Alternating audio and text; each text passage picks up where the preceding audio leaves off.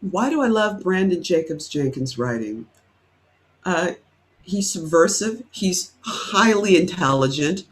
He has a fantastic sense of humor, or I guess I should say our sense of humors uh, operate on the same wavelength. He, I love his work because in all of his work, and I've seen many of his productions, not all of them, but I've read most of his plays and seen many productions.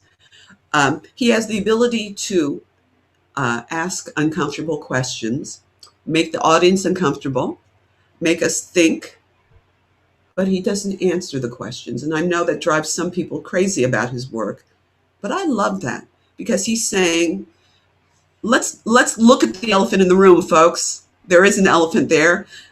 Acknowledge the elephant. Let's all talk about it.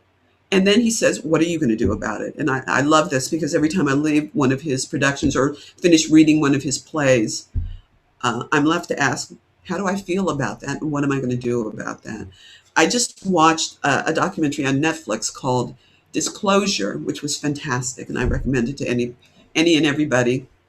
It's about the representation of transgender people in film and TV.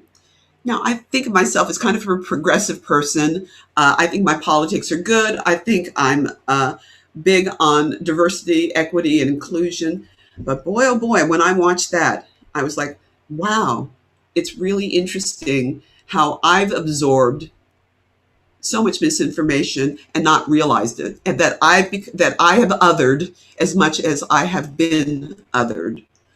And I think Branden is wonderful at really recognizing how we can do it, even the people who are the best intentioned, that we need to stop and really think about and look at these things and ask ourselves some very, both individually, culturally, and worldwide, ask ourselves some questions about inclusion, diversity, and equity, and how we rightly or wrongly other people, and what are we going to do about that? So that's why I love his work. He does it in such a way that it's just before you even realize it, you're you're forced to look at things in a perspective that you might not have thought of before. For everybody in the audience, he's not just targeting the majority culture or the minority culture, but he's indicting, he's targeting, he's asking all of us to reckon with our cultural history.